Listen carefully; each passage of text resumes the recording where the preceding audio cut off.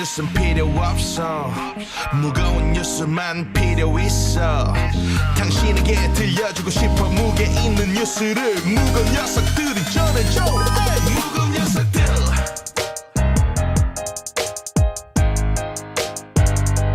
무거운 녀석들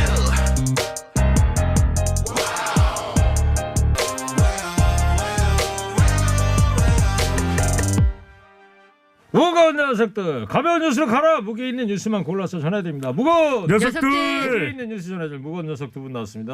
뚱커벨 인사이트의 배종찬 소장이세요. 안녕하십니까, 춥습니다. 시사계 선덕선우 박연미 기자입니다. 네, 안녕하십니까. 내일부터는 따뜻해진다고 합니다. 청취자께서 통키아제 연미공주 반갑습니다. 식사는 하셨나요? 이렇게. 예. 또 우유빛깔 뚱커벨 사랑해요. 뚱커벨. 감사합니다. 사랑합니다. 무겁당 파주시당은 뚱커벨을 항상 응원합니다. 간결. 간결. 무겁당 해체 직전 상태입니다. 지금.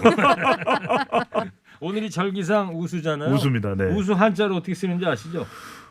우한이 한자 뭐예요? 기후의 물수 아니에요? 그렇죠. 아. 사탕 좋죠. 예, 자 사탕. 아, 갑니다. 감사합니다. 눈이 녹아서 비가 된다. 그렇죠. 네. 네, 그래서 오늘 우수 게스트를 뽑기로 했어요. 네네. 사탕을 누가 많이 받느냐 오늘 경쟁을 저는 붙여보도록 우하고요. 하겠습니다. 박연미 작가 수혜. 자, 코너 끝에 방송만 잘 듣고 계시면 금세 맞출 수 있는 무게 있는 퀴즈 드릴게요. 검찰 고위 간부 인사를 둘러싼 박범계 법무부 장관하고 신년수 민정수석 갈등 파문이 계속 이어지고 있습니다. 오늘 저 법무부 장관이 국회에 갔습니까? 네, 박범계 장관이 국회에 출석을 했는데 이번에는 이용구 법무차관이 출석하지 않는 문제로 논란이 일었습니다. 근데 이용구 차관 측이 밝힌 사유는 열이 많이 나서 일신상의 이유로 출석이 어렵다고 했는데 그럼 몸이 좀 아프다 이런 얘기인가요? 그렇죠. 그런데 야당은 이제 그 말 그대로 믿지 않는 상황인 것 같고 김명수 대법원장이 어제 출석하지 않기로 한 거는 여기서 이제 결정이 됐잖아요. 그러니까 부르는 사람마다 오지 않는다는 얘기냐 이렇게 갈등을 계속하고 있는 상황이고 야당에서는 뭐 거의 총공세를 펼치고 있는 그런 분위기입니다. 네. 여당에서도 지금 그 갈등은 인정한다는 얘기가 지금 나오고는 있습니다. 신현수 민정수석 관련해서 이제 갈등 논란인데 더불어민주당 최고위원입니다. 김종민 의원도 한 라디오 방송에 출연해서 청와대에 아는 사람 관계자에게 전화를 해봤더니 뭐 갈등이 있다 이렇게는 확인을 했다. 네. 그런데 그 갈등이 지속될 것은 아니고 내부적으로 잘 정리가 되는 모양새로 가고 있는 것으로 본인은 그렇게 알고 있다라고 설명을 했습니다. 그래요. 언론사마다 또 기사가 조금 결이 좀 다르고 네. 그렇잖아요. 지금 청와대 아는 사람한테 전화를 해봤다는 분이 누구죠? 김종민 의원. 김종민 더불어민주당 최고위원입니다. 뚱커벨도 뭐 청와대 아는 사람 없어요? 전화해서 좀 취재를 좀 해보세요. 바쁜지 잘 안 받더라고요 전화를. 아는 사람은 있어요? 네, 뭐 굳이 밝힐 수는 없고. 네. 고위 관계자? 네, 상당히 고위직인데. 핵심 고위 관계자.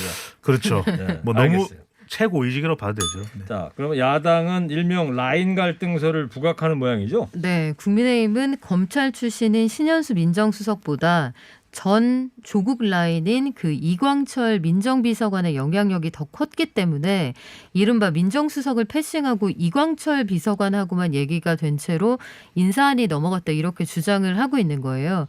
그래서 신현수 수석의 사의 표명에 이게 결정적 사유가 된 거 아니냐 이렇게 주장을 하고 있는 상황인데 뭐 당사자들만이 아는 문제이겠습니다만 일단 신현수 민정수석은 주말까지 병가를 낸 상태에서 고민을 좀 더 하겠다. 대통령이 만류하고 있는 그 상황이라서 다음 주에 상황이 어떻게 흘러갈지 좀 지켜봐야겠네요. 어디 또 기사 보면은 뭐 출근은 정상으로 하고 있다는데 병가를 냈다는 얘기도 지금 나왔습니까? 오늘 하고 내일 휴가를 냈고요. 예. 그리고 주말까지 한번 다시 숙고를 해보겠다. 워낙 문재인 대통령하고 같이 노무현 정부에서 일했던 그 선임하고 상사와 부하직원 사이였잖아요. 네. 그 수석 민정수석실에서 해서 아마도 문재인 대통령이 다시 한번 그 뜻을 돌려달라 이렇게 말씀을 하시지 않았을까 네. 싶습니다. 그러니까 노무현 대통령 당시에 문재인 당시 민정수석 밑에 그 신현수 비서관으로 그렇죠. 있었고 같이 손발을 맞췄던 그때부터 사이죠. 인연이 있었는데 그때 박범계 장관도 민정비서관이었죠. 네, 그렇군요. 그때 어쨌든 행정관. 행정관이었네. 네, 행정관이었고 신현수 수석의 경우에는 지난 2번의 대선에서 문재인 캠프에서 일을 하기도 했기 때문에 네. 검찰 인사 출신 가운데는 대통령과 가장 가까운 인사입니다. 네.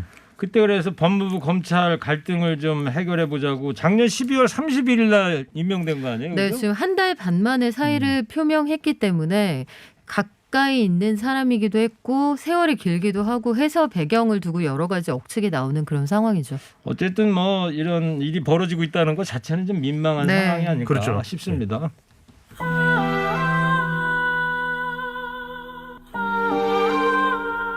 오늘 국민의당 안철수 후보하고요 무소속의 저 금토에서 그 후보 간의 TV 토론회가 있는 날이죠.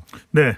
오후 4시부터 채널A에서 약 80분간 방송이 될 예정입니다. 상당히 또 우여곡절이 많았습니다. 원래는 이제 15일 첫 토론회를 하고 25일 두 번째 토론회를 예고했었는데 일정대로 되지 않은 거죠. 예. 그 이유는 이제 선관위의 유권 해석이 단일화와 관련해서는 토론을 한 번만 할 수 있다. 이렇게 또 판단을 했던 부분으로 알려지고 있고요. 그런 만큼 안철수 후보 측과 금태섭 후보 측 사이에 좀 갈등이 있기도 했는데 오늘 결국 결정 협의를 통해서 토론회가 이제 열리게 됩니다. 어떻게 열린대요? 형식은? 네, 자유 토론도 있고요. 질문자가 주도하는 것도 있고 자유 토론이 한 40분, 질문자와 또 후보자가 주도하는 것이 각각 한 20분씩 진행이 되고 있는데 주제가 상당히 이 주목됩니다. 뭘로 잡았대요? 주제를? 문재인 정부 4년간의 평가와 대안으로 이 정해졌는데 예. 이 서울시장 보궐선거 관련 후보지 않습니까? 예. 그러면 서울시의 발전과 앞으로의 미래 이렇게 주제가 정해졌어야 될 텐데 왜 이렇게 정해졌는지는 잘 이해가 되지는 않습니다. 무엇보다 생중계 토론에 나서는 이 안철수 후보의 토론 능력에 이제 주목이 되고 있는데 지난 대선 때도 뭐 1, 2차 토론 정도 잘하다가 3차 토론 또 그 이후의 토론에서 좀 이 논란이 불거지면서 네. 토론 능력이 좀 검증을 받아야 된다, 필요로 한다라고 하는 평가가 나오는데 오늘 과연 안철수 후보는 어떻게 토론하고 또 이 금태섭 전 의원 후보는 또 어떻게 안 후보를 공략할지 네. 이 부분이 주목되고 있습니다. 일단 뭐 주목도는 있을 것 같아요. 오늘 TV 네. 토론회가. 네. 뭐 주목도는 있는데 네. 이게 결국 보수 야권 쪽은 기승전 단일화거든요. 네. 그런 만큼 실제 초점과 관심은 국민의힘과 또 글쎄요 우리가 뭐 오늘 이 금태섭 후보와 안 후보 간의 결과가 어떻게 나올지를 좀 단언 내리기는 그렇지만 국민의힘 후보와의 최종 단일화가 어떻게 되느냐죠 더 관심이 쏠리고 있습니다. 아 좋습니다. 예, 사탕 하나. 네. 자 1대1이에요 사탕 지금. 네. 자 박유미 기자님. 네. 자 1대1 상황인데 자 누가 유리할 거예요 그러면 지금? 글쎄 지금 금태섭 후보 측이 적극적으로 토론을 원했던 이유 중에 하나가 안철수 후보가 그동안 보여줬던 토론 경쟁력이 상대적으로 떨어진다는 생각 때문이었을 거예요. 아마 19대 대선 당시 생각을 해보시면 문재인 대통령 당시 후보하고 맞붙었을 때 안철수 후보가 이런 얘기를 합니다. 제가 MB 아바타입니까? 그랬죠. 제가 갑철스입니까? 네. 제발 좀 그만 괴롭히십시오. 생각나시죠? 그래서 이런 발언들이 사실은 상대 후보 측의 네거티브 공세였는데 본인이 이걸 인용하는 건 사실 자살골이었거든요. 네. 그래서 이런 것들이 이번에도 재현될 것이냐에 대한 그런 의견하고 안철수 후보가 과거하고 바뀌었다. 는 평가도 있지만 그래도 본연의 캐릭터가 있으니 금태섭 후보가 만만치 않을 것이다 이런 얘기도 있습니다만 금태섭 후보도 뭐 달변이라고 보기는 어렵잖아요. 좀 조곤조곤 이야기를 하는 스타일이라 누가 유리할지는 아직까지 모르겠는데 이런 해석은 있어요. 안철수 후보가 오랜만에 정계에 다시 복귀했을 때 안녕하십니까 이렇게 학원 다녔다 이런 얘기가 아니 근데 있었거든요. 안철수 후보 성대모사의 완전 달인이시네요. 그렇죠. 감쪽 같죠. 이 배칠수 진행자를 뛰어넘는 것 같은데요. 제가 한번 따라해봤는데 그래서 네. 목적이 있으면 그걸 반드시 카피해서 해내는 공부벌레형이다 이런 분석이 있어서 네. 오늘 이제 그동안 마일리지를 얼마나 쌓았을지 눈으로 확인하실 수가 있겠네요. 두 분은 뭐 반드시 보셔야 되겠네. 또 내일부터 또 평론을 하시려면. 네. 그렇죠. 그리고 어제는 이제 여당의 박영선 후보하고 우상호 후보 토론회가 있었어요. 네. MBC 100분 토론과 크게 다르지 않았다. 지금 또 이 2파전으로 전개되고 있는 더불어민주당 서울시장 보궐선거 이제 토론 경선이기 때문에 관심을 가지고 보고는 있습니다만은 뭔가 서로 간에 아주 치열한 공방 또 처절할 정도의 검증, 허리케인 이런 정도의 처절한 검증은 안 나오고 있다. 네. 이런 평가가 나오는데 그만큼 이 본선에 가서 반드시 당선돼야 되기 때문에 이 예선에서 좀 서로 간에 상처를 내지 말자 이런 인식일 수도 있겠는데 두 후보의 공약에 뚜렷한 차이도 있습니다. 이 박영선 후보의 경우에는 좀 중도 외연을 더 확보하고 있고 좀 혁신적인 쪽에 초점이 맞춰져 있다면 우상호 후보의 경우에는 좀 진보 정책 또 당원 표를 결집하는 데 초점을 맞추고 있는 전략으로 보이는데 박영선 후보는 잘 알려져 있는 정책이 공약이 21분 다핵도시 또 수직 공원 네. 이라면은 우상호 후보는 좀 더 많은 청년 세대가 거주 지역을 확보할 수 있는 강변 아파트 이 이야기를 하고 있는데 지난번 이제 토론회 때도 박영선 후보는 우상호 후보의 강변 청년 아파트 공약에 대해서 좀 너무 이렇게 밀집돼 있다 보니까 질식할 것 같다 네. 이렇게 공략을 했었는데 서로 아주 좀 서로 간에 이 감정까지 상하게 하는 공방은 안 벌어지고 있다 네. 이런 평가가 나오고 있습니다. 그래요. 아주 치열한 신경전까지는 아직 안 가는 것 같은데. 네. 그러니까 지금 보니까 두 분 이번 코너에서 박연미 기자는 성대모사 그것도 안철수 후보 남자의 그 성대모사까지 가면서 정말 심혈을 기울여가면서 열심히 했는데 배종찬 소장은 약간 밋밋한 느낌이 들어서 잠깐만. 제가 아바타입니까? 박연미 기자 2개 됐어요. 배 소장은 또 문재인 대통령 성대모사 달인 아닙니까? 언제 했어요? 26일부터 백신이 공급됩니다. 하하하. 자, 네.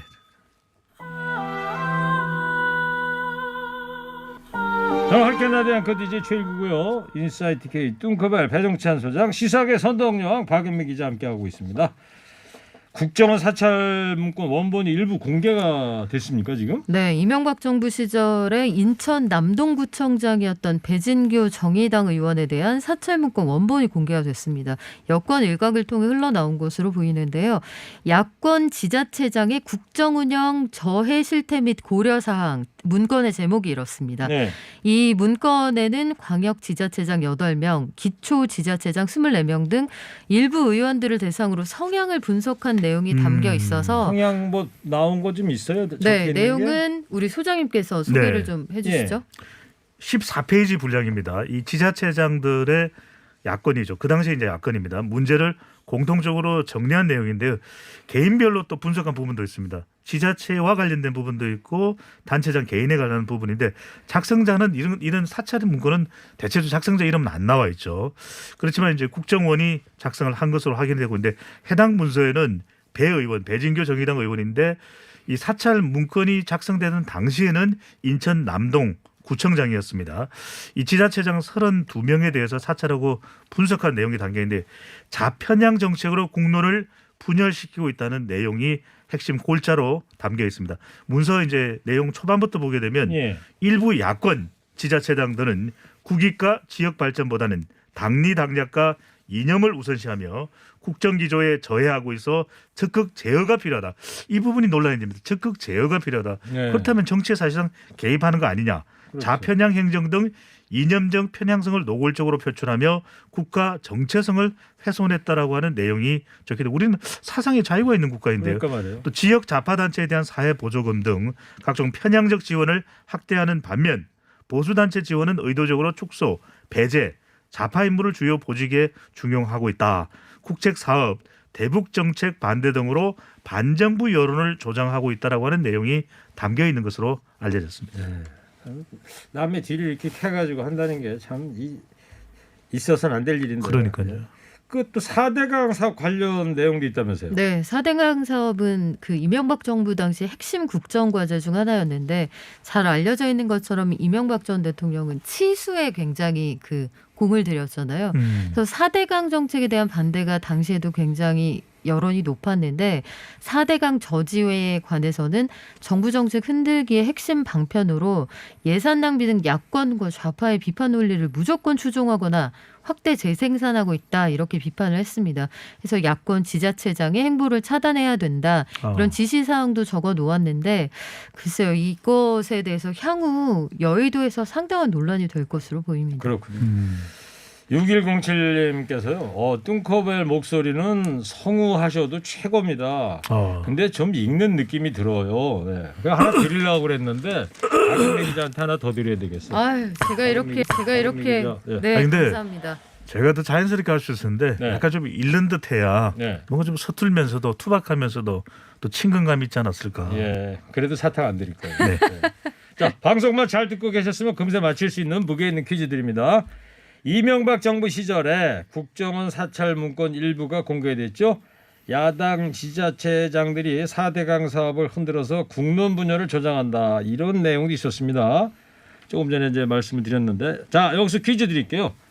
4대강 사업은 MB 정부의 핵심 정책이었죠. 다음 중에 오늘은 저 삼지선다형으로 보기를 드릴 거예요. 객관식이네요. 다음 중 네. 4대강에 포함되지 않는 강은 뭡니까입니다. 자, 3개 보기를 드릴 거예요. 1번 낙동강. 네. 박연미 작가님. 네. 네. 2번 한강. 3번 대동강. 야, 어렵다. 네. 아니, 힌트 좀 저는 줘야 되겠는데요. 문제 4대강 아니고. 내시고 저희들이 네. 스피드 퀴즈 하라는 줄 알았어요. 결정적인 힌트를 하나 드릴까요? 네. 대체로 정답은 뚱커벨이더라고요. 네? 아니, 네.